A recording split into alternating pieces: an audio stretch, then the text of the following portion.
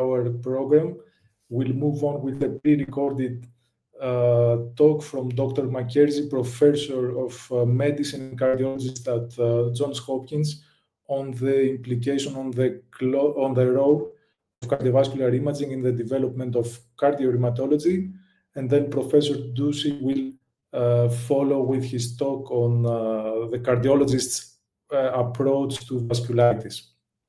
Let's move on with the pre-recorded talk then.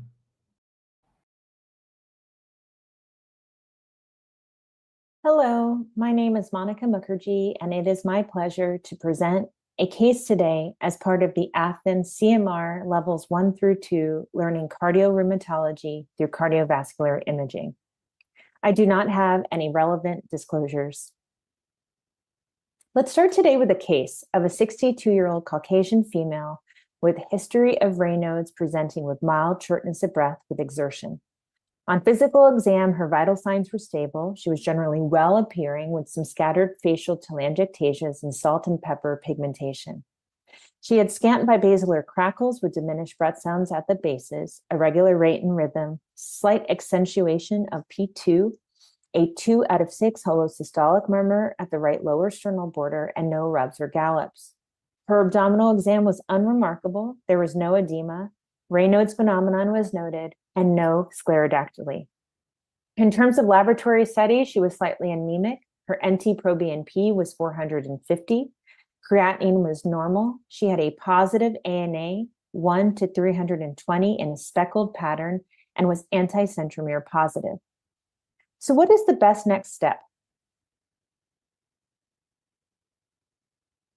We started with a transthoracic echocardiogram. Let's pause for a moment and discuss systemic sclerosis, which is her likely unifying autoimmune diagnosis. There are two main subtypes of scleroderma, or systemic sclerosis. The first is a limited subtype. These patients have a high incidence of anti-centromere antibody in about 70 to 80%. Diffuse telangiectasias, long-standing Raynaud's without sclerodactyly. Here we see an example of digital amputations from ischemic necrosis. And overall, these patients have less severe visceral involvement and a better prognosis, except when pulmonary arterial hypertension develops as a late complication. Diffuse scleroderma, on the other hand, carries a worse prognosis, including the notable absence of anti-centromere antibody. Approximately 30% of patients will be anti-topoisomerase positive. The onset of Raynaud's occurs within 1 year of onset of skin changes, which are typically truncal and acral thickening and sclerodactyly. There is early significant evidence of severe organ damage. Here we see scattered telangiectasias in a malar distribution with restriction of the oral aperture, sclerodactyly with severe digital contractures and overlying depigmentation, and CT evidence of diffuse interstitial lung disease. The pathogenesis of scleroderma is complex, multifactorial, and incompletely understood. There is a triad of vascular injury, immune dysfunction, and adverse connective tissue remodeling that represent interrelated processes that are reciprocally modulated. The relative contributions of each of these processes in driving the natural history of disease varies greatly by patient, and it does account for the striking heterogeneity in phenotyping that we see. From a mechanistic standpoint, there is vascular injury and endothelial damage, followed by the proliferation of fibroblasts and excessive production of extracellular matrix components that ultimately underlies the fibrotic pathology that we see.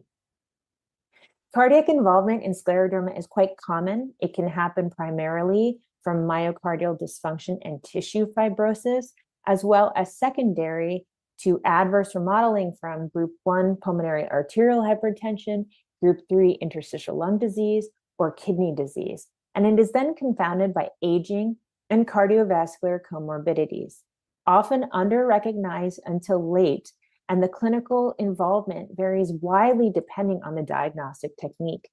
Overall, scleroderma heart disease portends a poor prognosis and is attributed to 14 to 36% of all-cause mortality. Diffuse scleroderma is more commonly associated But again, you can see cardiac involvement in limited scleroderma as well. And RV and PH is the main cause of death in these patients. So let's get back to our patient. This is her 2017 echo. She had a normal TAPSE with an elevated RVSP. And a question for the audience is the right heart normal or abnormal? And the answer is abnormal. So what we're seeing here is RV adaptation to increase afterload. And what we know is that how the RV adapts is actually the primary determinant of outcomes in PH, which is a chronic disease marked by progressive vasoconstriction and adverse pulmonary vascular remodeling. Now, the physiologic matching of the RV contractility to increase afterload is known as RV to PA coupling. And that induces a series of adaptive chamber level structural and morphologic changes. Effective RV adaptation and ventricular remodeling is a very complex process that depends on the severity, duration, and rapidity of pulmonary vascular disease, the degree of hemodynamic derangements, as well as neurohormonal activation, coronary perfusion, and myocardial metabolism. In general, the RV is able to maintain stroke volume with about 25% of stroke work due to low resistance and high compliance of the pulmonary vasculature. In the initial phases of RV adaptation to pulmonary hypertension, there is increased RV tissue mass, enhanced muscle contractility by means of sarcomerogenesis. So initially, the RV is adapting to this increased load by enhancing muscle contractility up to 4 to 5-fold. And so what we see on echo is concentric RVH with preserved function, normal filling pressures, and minimal dilation of the right heart chambers or tissue fibrosis. But then there is this transition from adaptive to maladaptive remodeling. When the contractile increases fail to counteract progressive afterload elevation, the RV chamber will begin to dilate and it will begin to assume the spherical contour. One of the early signs that we see is an increase in the end diastolic midventricular linear dimension relative to the longitudinal dimension. And notice here that the base is only mildly dilated. The RV end systolic area will enlarge before the end diastolic area as it compensates for elevated afterload. Now, why is the RV dilating under this increased pressure, but the LV is able to sustain normal chamber size with severe systemic hypertension?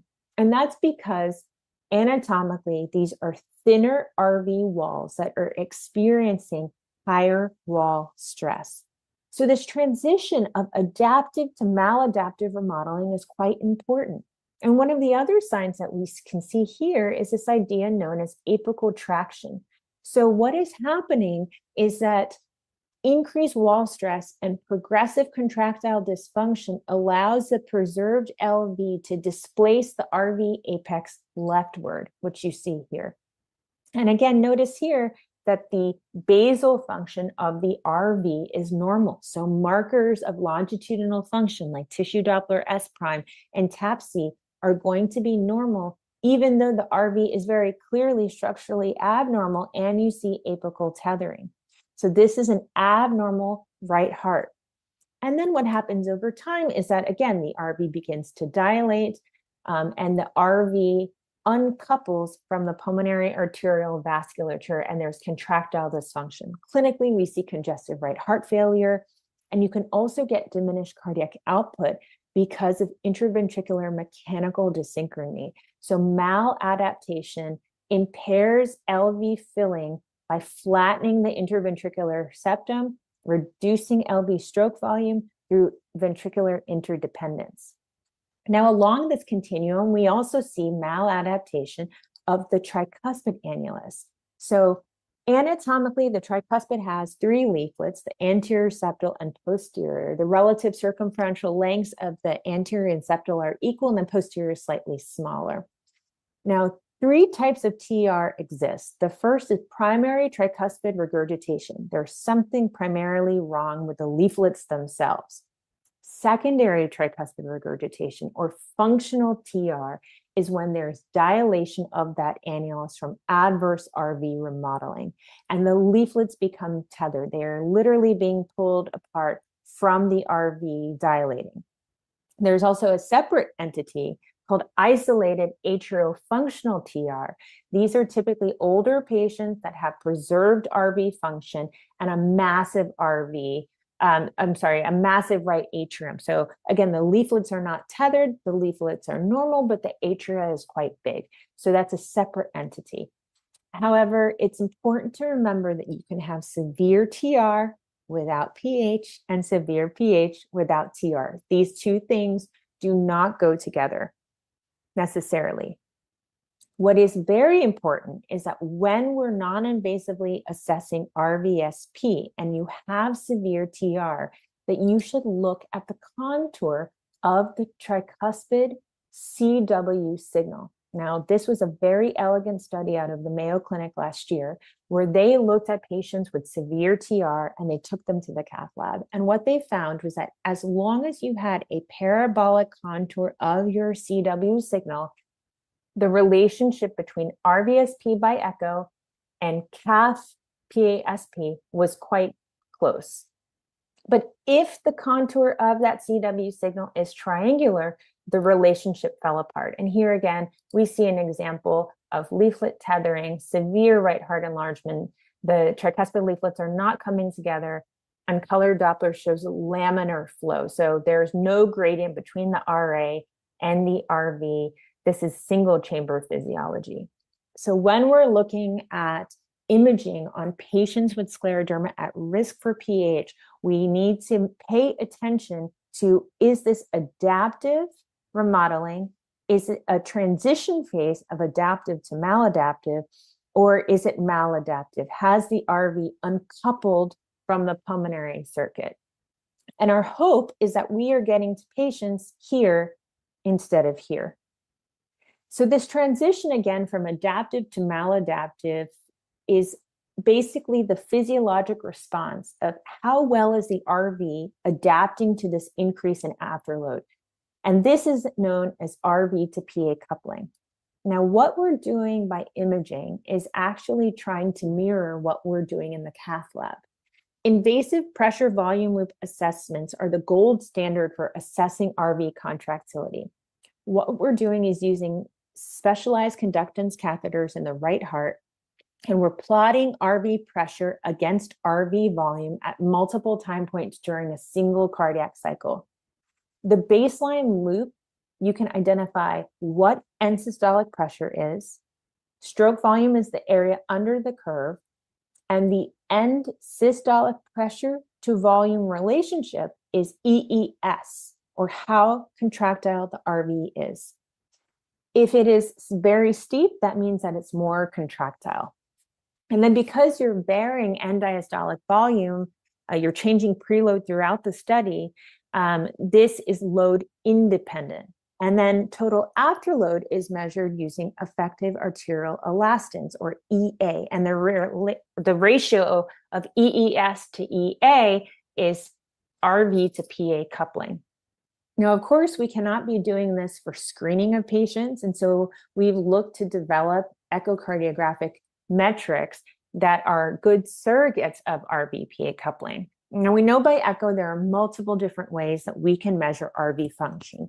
There's fractional area change, which correlates really well with RVEF by 3D and CMR. Tissue Doppler, annular plane systolic excursion.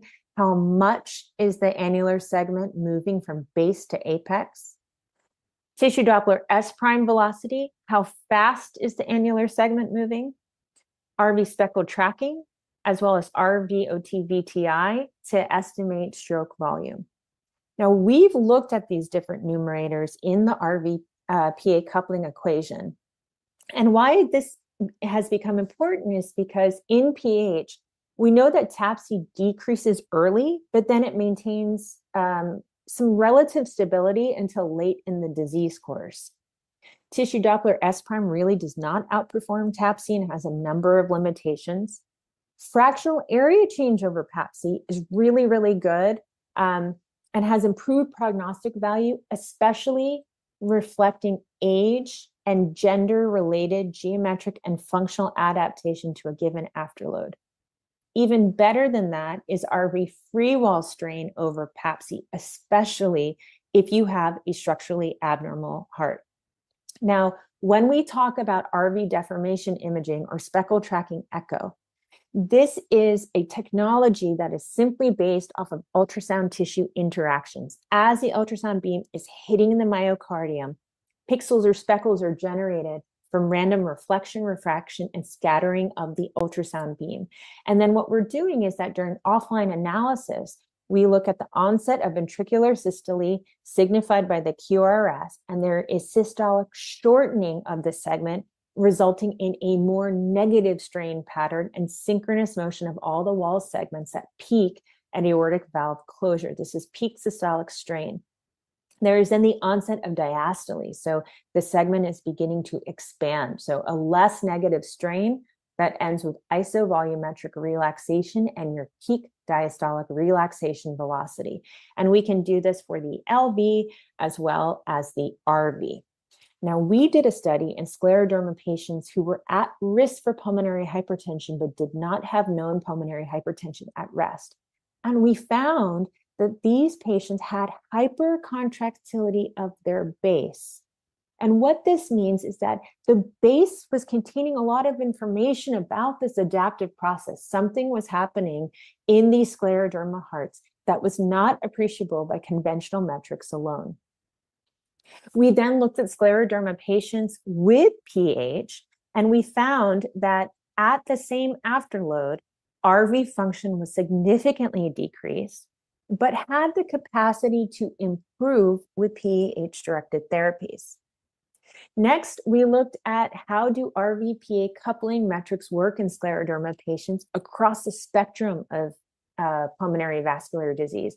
And we found that all of the formulas actually worked really, really well and can improve how well our PAH risk scores work.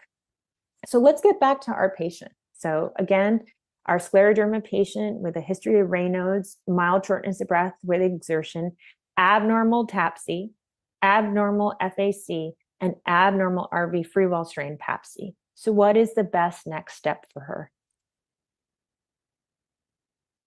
So right heart catheterization. Pulmonary hypertension up until 2018 was defined as a mean PA pressure of greater than or equal to 25. And in 2018, this diagnostic threshold was lowered based off of a wealth of epidemiologic studies that were showing that patients that had mildly elevated PA pressures between 21 and 24 were at an increased risk for overt PH and poor outcomes. So this lowering of the threshold was done to emphasize early detection. And one of the most common diagnostic problems in PH is the distinction between pre and post capillary. So when we're looking at PH, we're defining it on whether or not it occurs pre or post capillary bed. Pulmonary arterial hypertension is idiopathic, hereditable, drug, HIV, as well as connective tissue diseases like scleroderma. Pulmonary hypertension due to left heart disease is far more common. So LV systolic or diastolic dysfunction also impacting scleroderma patients. Group 3 is pulmonary hypertension due to lung disease or hypoxia, so interstitial lung disease, COPD, ILD, obstructive sleep apnea, obesity, hypoventilation, as well as chronic exposure to high altitude, all fall here. Group 4 is chronic thromboembolic pulmonary hypertension, and group 5 is unclear or multifactorial, and it's important to know that sarcoid and other metabolic disorders fall here. So the new definition of PH is a mean PA pressure that is elevated greater than 20 with a normal pulmonary capillary wedge pressure and an elevated pulmonary vascular resistance greater than 2. So this was also lowered. It used to be 3. The clinical groups that fall here are groups 1, 3, 4, and 5. Post capillary is an elevated mean PA pressure an elevated wedge, and then you look at the pulmonary vascular resistance. If it is normal, this is likely isolated post-capillary. If it is abnormal, then it is likely a combined pre- and post-capillary process. So our patient had a normal right atrial pressure, an elevated PA pressure with a mean of 29, as well as elevated PVR. Her cardiac output and her cardiac index were normal. She was initiated on ambrisentan and tadalafil. So what imaging modality is most appropriate for serially monitoring her RV and how well it is responding to these medications? And so the answer is at the crux of why we are all here, cardiac MRI. Cardiac MRI is the reference standard in the assessment of RV structure and function. And that is because of the high reproducibility in the measurement of RV volumes, mass, and ejection fraction. You can quantify regurgitant volumes, assess focal scar burden through late gadolinium enhancement, evaluate myocardial strain, coronary perfusion, and pulmonary pulsatility. It is a highly useful and essential tool for the serial follow-up of these patients.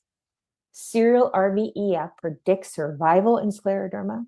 Native T1 values of the intraventricular insertion sites are significantly increased in group 1 and correlate with disease severity. And Dr. Mukherjee has really been at the forefront of how do we employ CMR in patients with autoimmune diseases. The measurement of volumes using CMR, such as ejection fraction, is highly reproducible. And while echo can identify impairments in RV contractility, it's really limited in its ability to detect early changes in tissue remodeling. CMR is superior in terms of reproducibility to 2D echo and does not require suitable acoustic windows. And it also accounts for the entire RV geometry. Next, global and segmental RV function can also be quantified by CMR across 3 coordinate directions using strain-encoded CMR or through post-processing techniques that incorporate both the RV inflow and outflow, which we cannot do by echo.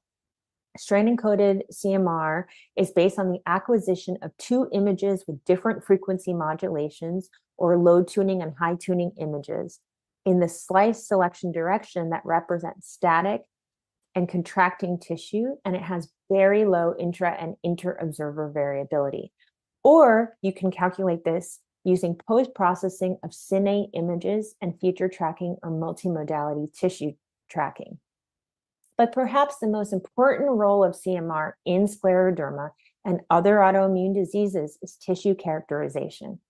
In scleroderma, understanding to what extent ischemic injury or inflammation contributes to myocardial damage and fibrosis is needed to define what is the appropriate therapy. You can also identify scleroderma patients at the highest risk for cardiac deterioration at latent or early stages. So there are 3 types of images that we use for this: T2 weighted, early T1 weighted, taken 1 minute after the injection of contrast agent, or delayed enhanced images, or LGE, taken 10 to 20 minutes after. You can also compare native T1 to post-contrast T1 mapping to differentiate between acute and chronic phases of the disease. Now, LGE is the gold standard for in vivo quantification of replacement macroscopic fibrosis with very high fidelity. CMR can detect fibrosis in less than a cubic centimeter of tissue, substantially less than other techniques, and has excellent agreement with histology in both animal and human studies. And so you can also use extracellular volume quantification in scleroderma patients that have normal biventricular function to look for interstitial fibrosis. So in this example, we see a 4-chamber and a short axis view using inversion recovery sequence for scar detection. And the polar map clearly shows a subepicardial location of scar in the lateral wall of a scleroderma patient. CMR perfusion imaging also allows for the investigation of characteristic disease-specific findings beyond hemodynamic derangements. So perfusion CMR typically demonstrates a circumferential loss of perfusion within the subendocardium that is suggestive of ischemia due to underlying microvascular disease in scleroderma. We also did a study looking at scleroderma PAH versus idiopathic PAH. And what we found was that biventricular perfusion was significantly reduced in PAH and inversely correlated with RV workload and ejection fraction. But it was more pronounced in patients with scleroderma PAH. And what that suggests to us is that diminished myocardial perfusion reserve may contribute to the disproportionate RV dysfunction that we see in scleroderma PH patients. So back to our patient, here's a 4-chamber bright blood CMR image from end diastole showing a dilated and hypertrophied RV. And this, again, her mean PA pressure was around 45 at this time. The end systolic images show leftward bowing of the interventricular septum. You can also see it in the short axis view, as well as marked hypertrophy of our RV free wall and septal bowing. And then the LGE images showed prominent enhancement of the anterior and inferior RV insertion points. So again, she was started on tadalafil and ambrisentan. And then we saw her several years later, and she was now on very stable therapies. Her right heart cath had improved, but she now had bilateral lower extremity edema, orthopnea, and dyspnea on exertion. So again, we relied on our echocardiogram. And here you can see that her RV has recovered its shape. The RA size is normal, but she has abnormal mitral inflow within a pseudonormalization pattern with mid-diastolic flow or an L wave, and pathologically increased E over E prime as a surrogate of your LVEDP. And so this is a phenomenon that we call phenotypic drift, where patients are surviving their pulmonary arterial hypertension, and now they're getting older and developing diastolic dysfunction, very similar to age-matched non-scleroderma adults. And so you can develop group 2 PH in scleroderma through 2 different ways. HFpEF or diastolic dysfunction is seen early in scleroderma patients. It's highly prevalent, up to 60%. Again, there's inherent fibrosis of the myocardium. Worsening diastolic dysfunctions associated with older age, longer disease duration, and the diffuse subtype, as well as the presence of CV risk factors. If you have scleroderma HFpEF PH, you have a 2-fold increase in mortality versus having scleroderma or PH alone. HFrEF can also, of course, cause group 2 PH. This is due to focal ischemia from microvascular disease leading to inflammation and myocardial fibrosis. It's less common. More likely, these are older males with diffuse scleroderma. And then you can also have scleroderma-associated myocarditis. So for her, it was unclear, is this worsening of her ILD? Is this worsening of her group 1, or are we dealing with diastolic dysfunction? So we exercised her. Her resting RVSP was 20, and her RVSP went up to 50 at 100 watts. And then she, again, had pathologic changes in her diastolic inflow pattern with an increase in her E over E prime. So we saw here, again, this was very typically what we know as phenotypic drift, or a group 1 patient surviving their PAH and developing diastolic dysfunction. We also did a really interesting study where we used echo to unmask RV reserve abnormalities in RV reserve, and whether or not the RV dilates or uncouples with stress, as well as what is the relationship between rest and stress, RVSP, and whether or not your E over E prime goes up. So this can really help distinguish, are we dealing with group 1? Are we dealing with group 2? Or are we dealing with a combination of both? So back to our patient, she was initiated on goal-directed medical therapy for HFpEF, including a diuretic, SGLT2, and spironolactone. Her Holter monitor did not show any evidence of AF, and she has continued to do well. So when you're looking at autoimmune disease patients, it's important to develop standard clinical practice and protocols. So at Johns Hopkins, we do a yearly electrocardiogram, a pulmonary function test. If they have PH, they get a 6-minute walk distance, echo, NT-proBNP, and a uric acid, patient-reported outcomes. And here in the US, we do CMR if there is an elevated troponin, BNP, or any abnormal echocardiographic findings. So developing a clinical algorithm is key.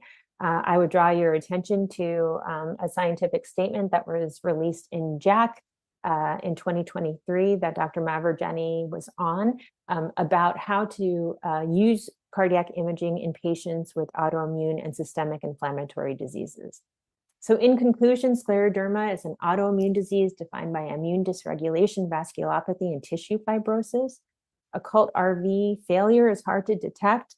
So finding early maladaptive changes is a clinical challenge unless you are aware of what to look for on echo. You can use speckle tracking echo as well as exercise provocation. But again, CMR is a gold standard for tissue characterization as well as serially following these patients. You still do need right heart cath for a confirmatory diagnosis, but when we're monitoring these patients, we're really relying on CMR. And why are we doing this? Because earlier detection of PH and RV dysfunction using these imaging modalities can lead to earlier diagnosis and treatment of PH, which has been shown to improve clinical outcomes. And with that, I will stop and answer any questions anyone may have. Thank you for your time. That was an excellent talk. I think it's reasonable to reserve any discussion, any comments for the next live session. So I will thank all the participants in this session, and I will close if Dr. Veneziano is agreeable, I will close the session now.